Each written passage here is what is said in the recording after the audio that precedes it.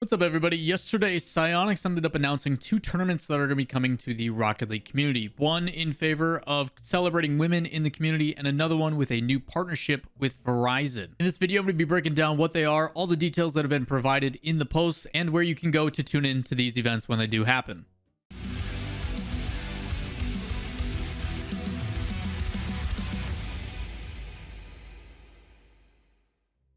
What's up, everybody? Lawler here, your inside source for all things Rocket League. Today's video, as I mentioned in the intro, we're going to be breaking down two tournaments that are actually coming to the community. One that is celebrating women in the community called Goals for Change, and then another one in partnership with Verizon called the Verizon 5G Ultra Cup. Before I get into that, as always, if you guys enjoyed the content, make sure you guys give it a thumbs up, hit subscribe, turn on notifications, all that fun stuff. And links to everything as well as my social media is found in the description down below. The first one is going to be the Rocket League Goals for Change. We talked about this one a couple weeks ago in regards to the announcement. We just didn't have the details of when it would be coming out or what it entailed. But now we do. This is the one that's in partnership with Beyond the Summit, the organization that is known for doing like Mafia tournaments and putting a lot of emphasis on interviewing people. This is also the one that is going to have interviews with the person, I think her name was Lindsay, from Psyonix, that ended up creating the Moonpaw wheels that we showcased a couple weeks ago as well. So Rocket League Goals for Change is a casual Rocket League tournament featuring women from across North America and Europe competing to donate to causes that are important to them. What can you come to expect from this first of its kind Rocket League event? First things first, we're going to talk about the prizing, the format, and the schedule. The format itself is pretty simple, and it has a twist of some fan favorite modes defining the action. Each region, North America and Europe, will have their own separate tournament with the following. So there's going to be a North American and a European tournament. Europe probably going to be a little bit earlier in the morning for Americans, and then for North America, it's going to be a little bit later on in the day as usual. There's going to be 4 teams per region, and they are playing in a round-robin format. So each team is going to play each team, and each round will feature a different game mode. Round 1 is going to be Hoops. Round 2 is going to be Rumble Drop Shot, which should be pure chaos. And then round 3 is Boomer Ball. The higher a team places in the round robin, the more they can donate to their cause. Right now, the way that the prize pool works then is in first place, you get $10,000. In second place, you get $2,000. In third place, you get $1,500. And in fourth place, you get $1,000. And the way that it's going to work is based upon the team's performance, because there's 4 teams. Each of those teams then picks a charity that they would like to donate to. The broadcast for this event will begin on March 24th at 10 a.m. Pacific on the official Rocket League Twitch channel, so twitch.tv/Rocket League. The European region is going to play first, with their part of the show expected to last between 3 to 4 hours. North America will then happen immediately after, and after the conclusion of the European portion of the tournament. So back-to-back 8-hour to 6 to 8 hour broadcast, I would assume, depending on delays and server stuff, figure 7 hours at a minimum. It's gonna be a pretty long day. Obviously, benefits to this as well is not only is there going to be the main broadcast where you can tune in to a panel of broadcast talent and watch kind of like you do for RLCS overtime, like the grid coverage.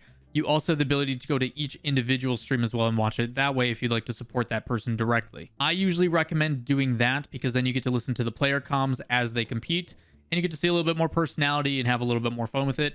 So make sure in the list of all the teams that I provide here in just a bit, I recommend tuning in then to the individual stream rather than the main broadcast, just because it's fun to hear the player comms and what they're going through. As for who's actually participating and who's going to be covering the broadcast, we're going to start with the broadcast coverage first. For those that do tune into the twitch.tv/Rocket League stream, the European broadcast, it's going to be Gillyweed. If you guys remember Gillyweed, she used to be one of the people on the RLCS desk that I worked alongside with. Previous history as well with Heroes of the Storm. It now works with the media company that actually owns Alpine Gaming. The 2 casters will be Athena and Lemon Kiwi. And then for the North American broadcast, it'll be Chelsea instead of Lemon Kiwi, content creator for Space Station Gaming. As for who are the players that are actually competing in the event, you should be able to see a list on my side over here with the 4 teams and their captains and players. Some teams also have a sub.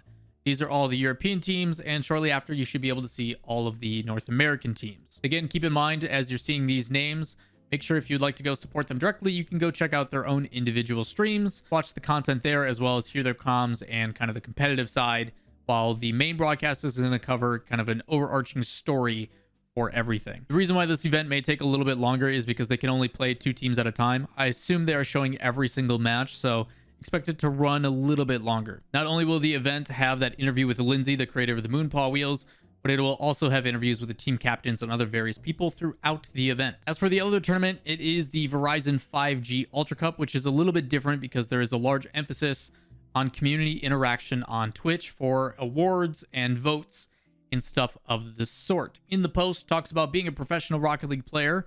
It requires grit, determination, and speed, and Verizon is a partner that matches the love of speed and is already familiar with Rocket League fans around the world.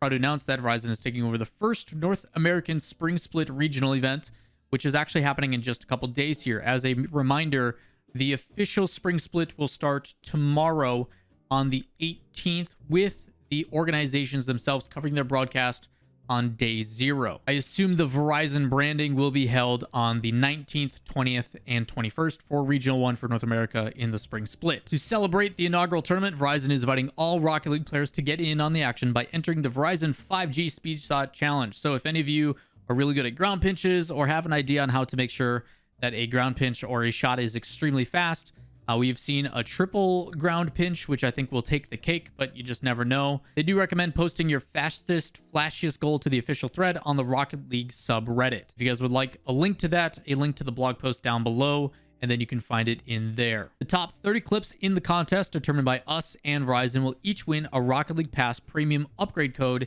advanced to air live during the Verizon 5G Ultra Cup. Also, for those that are watching the event, viewers will be able to vote in Twitch chat to decide who wins and takes the overall best clip, and they will win a Samsung Fold, a device, phone, and become the Verizon 5G Speed Shot Challenge champion.